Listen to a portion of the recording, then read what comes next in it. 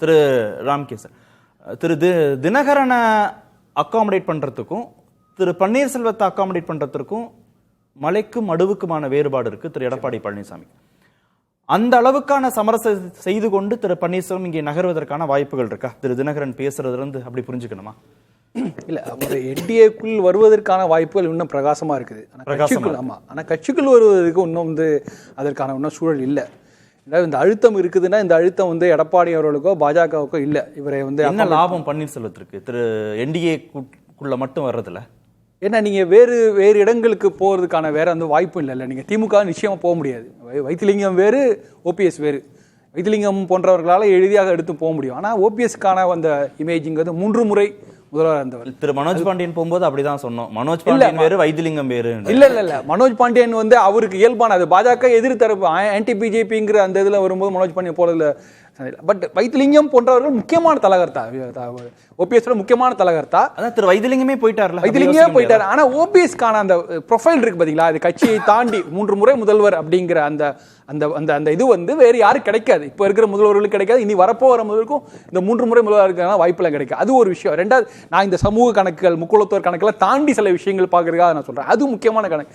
ரெண்டாவது, அவருக்கு தாவேக்கா போவில் சிரமம் இருக்குது. அங்கே 38 இடங்கள் கூட கொடுப்பதற்கான வாய்ப்பெல்லாம் இருந்தாலும் அதுக்கு இன்னொரு காரணம் கூட செங்கோட்டையனே நீங்க சொல்றாரு. நாங்க யாரையாவது கூட்டணி பேசினாலோ இல்ல வேற யாராவது எங்கிட்ட பேசினாலும் டெல்லிக்காரன் வந்துடுறாங்க.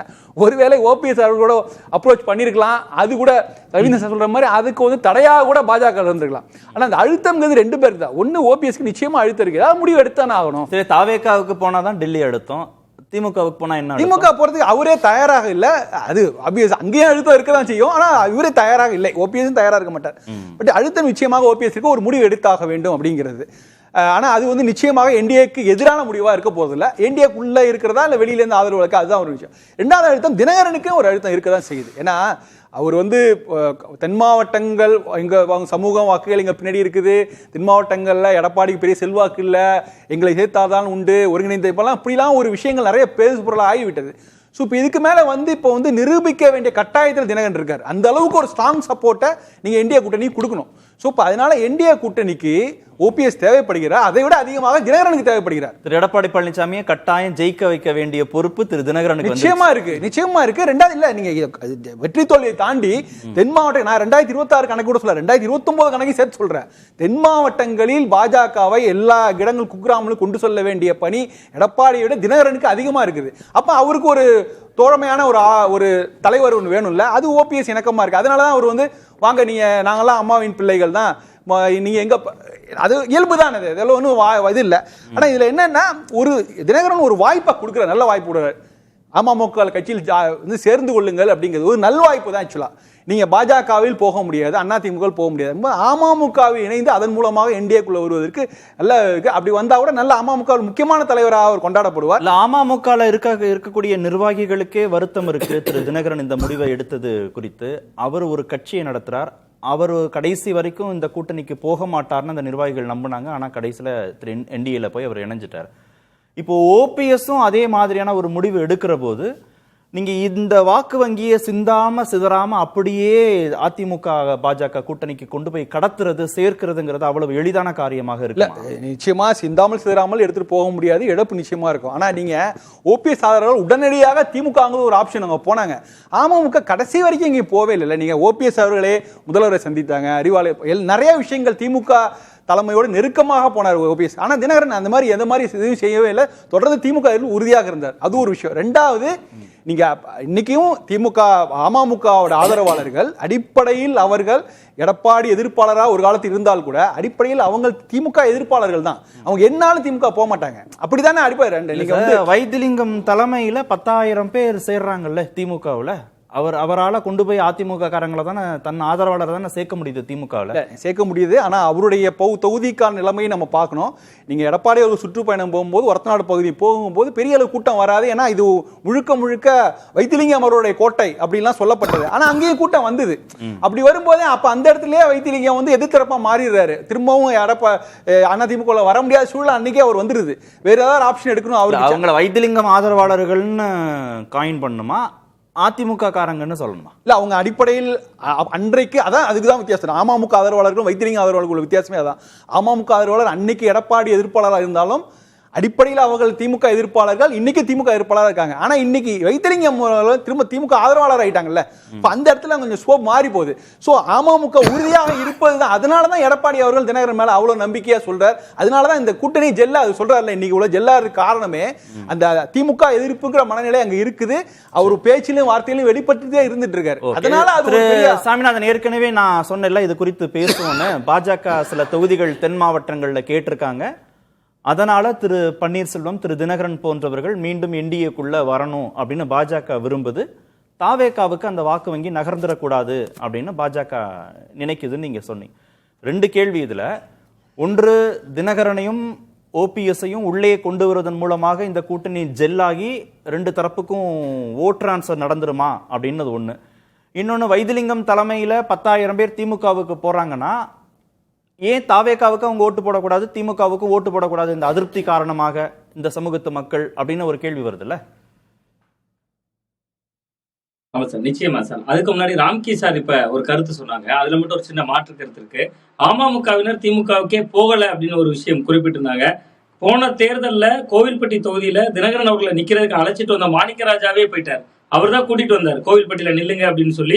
டிடிவி தினகரன் அவர்களுக்காக தேர்தல் வேலை பார்த்தது அவர் தான். 53,000 ஓட்டு டிடிவி தினகரன் அவர்களுக்கு கிடைச்சது. மாணிக்கராஜா தனியா போல, கூடவே 3 மாவட்ட செயலாளர்களையும் கூட்டிட்டு திமுக பக்கம் போயிட்டார். அது ஒன்று. இன்னொன்று, நீங்க கேட்டீங்க சார், அந்த முக்குளத்தூர் சமூகத்தினுடைய பகுதி மக்கள் அதிகமா இருக்கக்கூடிய தொகுதிகள்ல சில தனி தொகுதிகள்ல இருக்கிறதுலயும் முக்குளத்தூர் ஓட்டு கணிசமா இருக்கு. அந்த தொகுதிகளையும் சேர்த்தே பாஜக குறி வைக்கிறாங்க. இப்ப கன்னியாகுமரி மாவட்டத்தை விட்டுறலாம், அங்க முக்குளத்தூர் பெரும்பான்மை இல்ல. மற்றபடி நீங்க தென் மாவட்டத்தில் எடுத்துக்கிட்டாலே மதுரை தெற்கு, திருநெல்வேலி நயனா நாகேந்திரன் அவர்களுடைய தொகுதி, தென்காசி தொகுதி, சங்கரன் கோவில், வாசுதேவநல்லூர், இந்த தொகுதிகளை எல்லாம் குறி வச்சு பாஜக வேலை செய்யறாங்க. அப்ப அவங்களுக்கு முதல்ல இவங்க 2 பேரும் தேவை. அது ஒரு பக்கம் சார்.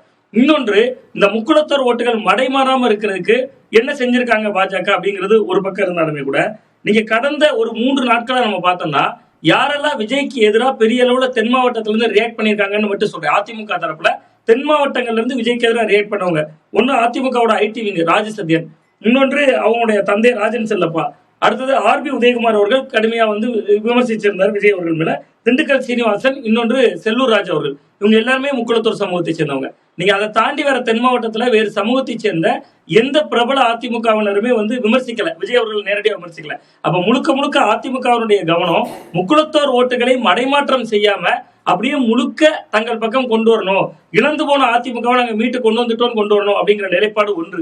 இன்னொன்று, அந்த நிலைப்பாடை வெளியே போய் அந்த நிலைப்பாடை சாத்தியப்படுத்தணும்னா தினகரன் நானும் போட்டியிடுறேன் அப்படின்ற உத்தரவாதத்தை கொடுத்திருக்கணும்.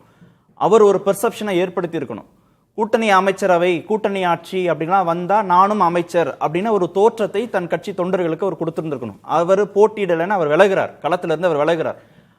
சமாதானம் சொல்றார், என் கட்சிக்காரங்க அமைச்சரானா போதும் அப்படின்லாம் அவர் சமாதானம் சொல்றார். இன்னொன்று, அதிகார பகிர்வோடு திரு ஓ பன்னீர்செல்வத்தை அதிமுகவில் அகாமடேட் பண்ற 2வது வேலையும் திரு எடப்பாடி பழனிசாமி செய்யணும். 2மே நடக்கணும்ல.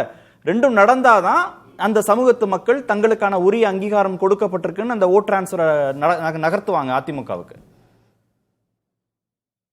நிச்சயமா சார், இது ரொம்ப முக்கியமான ஒரு இடம் சார்.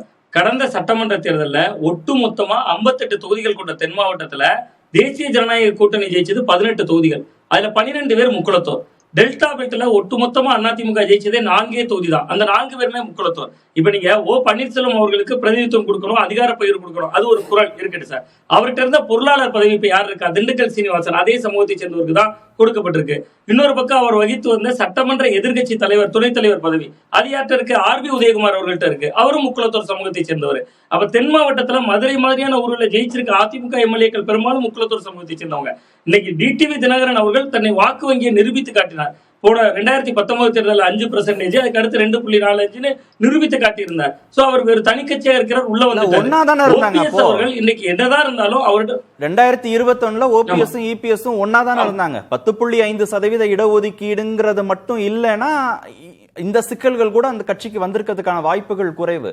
2024 பலாப்பழத்துக்கும் தினகரனுக்கும் வந்த வாக்கு சதவீதம் எந்த சமூகத்து மக்களுடைய வாக்கு சதவீதம் பெரும்பான்மை அதே கணக்கோட இங்க நகரம் 21 கணக்குல 2 பேரும் ஒன்னா இருந்தாங்க, இபிஎஸும் ஓபிஎஸும். அதை வச்சு இங்க நம்ம டிரைவ் பண்ண முடியாது. ஆமா இல்ல சார், ஒன்னா இருந்தாங்க. அன்னைக்கு டிடிவி தினகரன் வெளியில இருந்ததுனாலதான் 21 தொகுதிகளில் தோல்வி அடைஞ்சாங்க. இப்ப அந்த இடம் தான் எடப்பாடி பழனிசாமி அவர்களுக்கு நெருடலான இடம். ஒருவேளை ஓபிஎஸ் எதிராக முடிவெடுத்து ஒருவேளை தேசிய ஜனநாயக கூட்டணிக்குள்ள வராம இருந்துட்டா அது பலத்த சேதத்தை அதிமுக ஏற்படுத்தும். அந்த சேதத்தை உணர்ந்துதான் டிடிவி தினகரனும் இந்த அழைப்பு விடுக்கிறார். நான் நினைக்கிறேன் எடப்பாடி பழனிசாமி அவர்களும் சமரசத்துக்கு தயாராகி விட்டார். இது பாஜகவோட அழுத்தம். அவர் எடப்பாடி பழனிசாமி அவர்கள் தன்னிச்சையாக சமரசம் என்ன சமரசம் கேக்குறேன். கடந்த காலங்கள்ல சார் இல்ல பழனிசாமி என்ன சமரசத்துக்கு தயாராயிட்டார் அவர்கள் இல்ல ஓ பன்னீர்செல்வம் அவர்களுக்கு நிச்சயமாக அதிமுகவுக்குள்ளேயே ஒரு இடம் இருக்கும் அப்படின்னு தான் பாக்குறேன். ஒன்று அது அதற்காக அவர்கள் என்ன பண்ணுவாங்கன்னா ஒரு அதிகார பகிர்வு அதிகமான தொகுதியில கொடுப்போம் என்பதெல்லாம் வாய்ப்பே கிடையாது. ஏன்னா இன்னைக்கு அவர் யாருக்கு சீட் வாங்கி கொடுப்பார் சார்? இப்ப துரைகண்ணா சார் போன்றவர்கள் சொல்லும் போதே குறிப்பிட்டாங்க, தொண்டர்கள் அவர் பின்னாடி இருக்காங்க, தொண்டர்களை பூரா சட்டமன்ற உறுப்பினர்கள் ஆக்க முடியுமா? அவருக்கு தேர்தல் செலவுகளுக்கே சொன்னாங்க சார், பேசும்போதே குறிப்பிட்டாங்க. ஒரு அரசியல் கட்சியில தேர்தலை சந்திப்பது எவ்வளவு சிரமமானதுன்னு சொன்னாங்க. அதிமுக அப்படியே அவரை உள்ளேயும் இணைத்து தேர்தல் செலவுக்கு இவ்வளவு உங்க தொண்டர்களுக்கு செலவு பண்ணுங்கன்னு கொடுக்க போறது இல்ல. பொருளாளர் பதவியும் இன்னைக்கு இல்ல. சோ அப்ப அவங்க அடிமட்ட தொண்டர்களுக்கான சீட்டு ரேஸ் என்பது இருக்காது. ஒரு 5 இடமோ 4 இடமோ 3 இடமோ என்பதற்குள் சுருங்கி போகிற அளவுக்கு. ஏன்னா நீங்க தேர்தலை களமாடி இருக்கணும், தொடர்ச்சியா அந்த எதிர்ப்பை தீவிரப்படுத்தி இருக்கணும். டிடிவி தினகரன் தன்னை நிரூபித்திருக்கிறார். அதனால அவர் தேசிய ஜனநாயக கூட்டணி இம்பார்ட்டன்ட் கிடைக்கும். இடைவெளிக்கு பிறகு நம்ம பேசுவோம். பட் ஓபிஎஸ் இல்லாத அதிமுகவால் ஜெயிக்கவும் முடியாது. ஓபிஎஸ் அவர்கள் இல்லாத அதிமுகவால ஜெயிக்கவும் முடியாது. தென் மாவட்டங்கள்ல ஒரு கணிசமான தாக்கத்தை ஏற்படுத்த முடியும் தனியா நின்றார். தனியாக நின்றார் அவர். ஒருவேளை ஒரு ஓட்டு பிளவை சரி ஓபிஎஸ் இல்லாத அதிமுகவால வெற்றி பெற முடியாதுங்கிறது அவர் சொல்றது ஃபேக்சுவலா கரெக்டா? இல்ல அதுல 100% கரெக்ட். 100% கரெக்ட். அதுல என்னன்னா ஓபிஎஸ் எந்த வகையில அதுல இல்லாத அதிமுகங்கிறது தான் மேட்ரு. இப்போ இதுல சுவாமிநாதன் விஜய் அவர்களை பற்றி சொல்றாரு, அது அவருக்கு ப்ரிடிக்ஷன், தம்பியோட ப்ரிடிக்ஷனை நான் மதிக்கிறேன், அது நாளைக்கு தெரிய வேண்டியது. ஆனா ஜெயலலிதா அம்மையார் உயிரோடு இருக்கும்போது 1 விழுக்காடு எடுத்த சீமான் அவர் பண்ண அரசியல்ல எடப்பாடி பழனிசாமியை பலகீனப்படுத்தி 8.2 விழுக்காடு வாக்கு வந்திருக்கிறாரு. ஓபிஎஸும் இபிஎஸும் சேர்ந்து இருக்கும் போது எந்த இடைத்தேர்தலையும் அவங்க 3ஆவதே போகல, சில இடைத்தேர்தலில் வெற்றி பெற்றாங்க. இன்னைக்கு ஓபிஎஸ் போன பிறகு தென் மாவட்டத்தில் நடந்த ஒரு இடைத்தேர்தலில் 4வது இடத்திற்கு அதிமுக போயிட்டுன்னா அது முக்குலத்தோர் சமூகம் மட்டும் தொடர்புடைய ஒரு விஷயம் அல்ல. புதுச்சேரியில சீமானுக்கு கீழே 4வது இடத்துக்கு லீடர்ஷிப்ல எடப்பாடி கீழே போயிட்டார்னா முக்குலத்தோர் சமூகம் மட்டும் தொடர்புடைய ஒரு விஷயம் அல்ல. ஈரோடு கிழக்குல ரெட்டேலையில நின்றவர் இப்ப மக்களவை தேர்தல் பிறகு நிற்க முடியாம ஒதுங்கிட்டாருன்னா அந்த அதிமுகவின் தன்மை மாறிட்டு இது முக்குலத்தோர் மட்டுமல்ல, மேற்கு மாவட்டத்தில் கொங்கு வேளாளர் அல்லாத பிற சமூகங்கள் மத்தியிலும் ஓபிஎஸ் இருக்கும்போது இன்னும் சொல்ல போனா இவர் வேலுமணி 2021 ஒரு இலையில ஓபிஎஸ் ஒரு இலையில இபிஎஸ் 2 பேரையும் போட்டுதான் திருமணங்கள் நடத்தி இது 2 சமூகங்களுக்கு 50-50 உள்ள அதிகார பகிர்வு கட்சி 2 பேரும் ஜெயலலிதா விசுவாசிகள் தான். அவரு அதை நடத்தி அந்த வெற்றியை கோயம்புத்தூர்ல பெற்றாரு. இல்ல இப்ப தினகரன் போனதன் மூலமாகவோ இல்ல திரு பன்னீர்செல்வம் உள்ள போறதன் மூலமாகவோ இந்த சேதாரத்தை குறைச்சிட முடியாதா? இந்த பெர்செப்ஷனை மாத்திர முடியாதா? அதிமுக பன்னீர்செல்வத்துக்கு கையெழுத்து போடக்கூடிய உரிமை அதிகார பகிர்வு இருந்தா ஓரளவு அதை சரி கட்டலாம். வெறுமனே டம்மி பீஸாட்டு போனா இப்ப தினகரனுக்கு கடைசியா என்ன ஓட்டு? திருச்சியில் அவர் கேண்டிடேட் என்ன ஓட்டு எடுத்தாரு?